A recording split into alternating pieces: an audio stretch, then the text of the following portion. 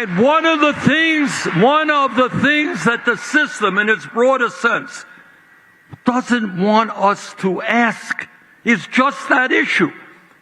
Should being working class in America be a death sentence? No, it shouldn't. Should so many of our people have to struggle when you got a handful of people on top who have unbelievable wealth? That's right. Those are the issues that we have got to put on the table. God didn't create this stuff. This was created by people who are incredibly greedy. And let me tell you something, because I deal with these guys every day. Tell you a story, if I might. I'm on the Veterans Committee, and I take veterans issues very seriously. And I want to thank all the men and women here today who served our country, put their lives on the line.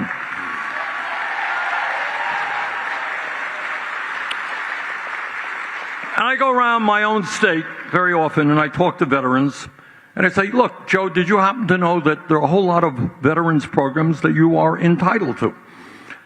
And Joe will tell me, he says, yeah, Bernie, I know that. But you know what?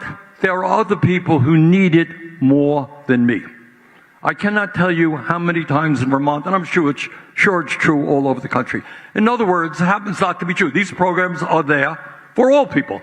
But these guys worry that if they get the program, somebody else who's maybe worse off than they will not get it.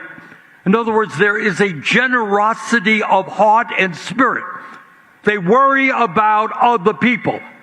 That's what being human is about.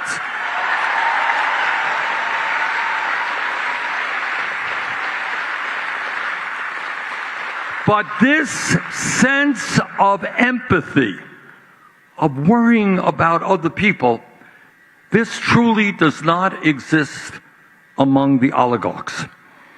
All right? They are very religious people. You know what their religion is? It's greed. And they worship on the altar of money. And I don't understand this, because this is not an economic issue. This is rather a psychiatric issue. And now all of us know it's true. It's absolutely true. I mean, all of us know people who have addiction problems, whether it's drugs, it's alcohol, tobacco, whatever it may be. It's a serious problem in this country. These guys also have a serious addiction problem. No matter how much money they have, it is not enough.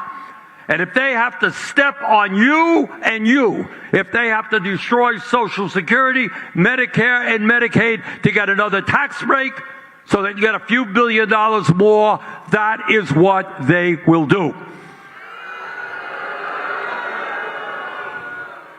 They are very formidable people. They lack the empathy gene.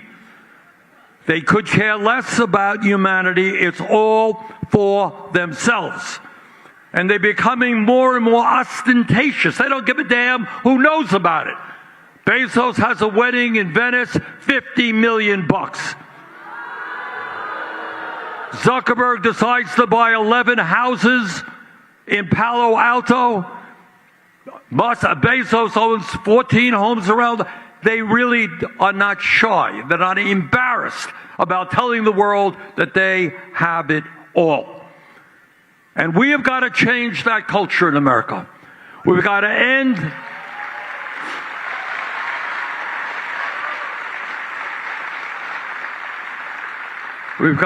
the survival of the survival of the beast, all in it, fighting amongst ourselves. And we have got to develop a society that works for all of us. Senator Bernie Sanders, Independent Vermont, addressed the growing gap between the wealthy and working-class Americans, questioning whether being part of the working class should feel like a death sentence in a country where a handful of people hold unimaginable wealth. He stressed that the current system of inequality was not created by nature or by God, but by individuals driven by greed. Sanders shared his experiences speaking with veterans in his home state of Vermont. Many veterans, he noted, hesitate to access the benefits they are entitled to because they worry others might need them more. He praised this sense of empathy and concern for others as a true reflection of humanity, contrasting it with what he described as the selfishness of America's wealthiest elites. According to Sanders, the nation's richest treat greed as their religion and money as their god. He compared their endless pursuit of wealth to addiction, pointing out that no matter how much they have, it is never enough. This obsession, he argued, drives them to attack and undermine vital social programs like Social Security, Medicare, and Medicaid, all in pursuit of more tax breaks and personal gain. He emphasized that these individuals not only lack empathy but openly flaunt their wealth. Sanders cited examples such as Jeff Bezos spending millions on a lavish wedding in Venice, Mark Zuckerberg buying multiple homes in Palo Alto, and Bezos owning over a dozen properties around the country. Their extravagance, he said, shows they are unashamed of having so much while millions struggle to get by. Sanders closed by urging Americans to reject a culture of division and selfishness and to push for a society that works for everyone, not just those at the top.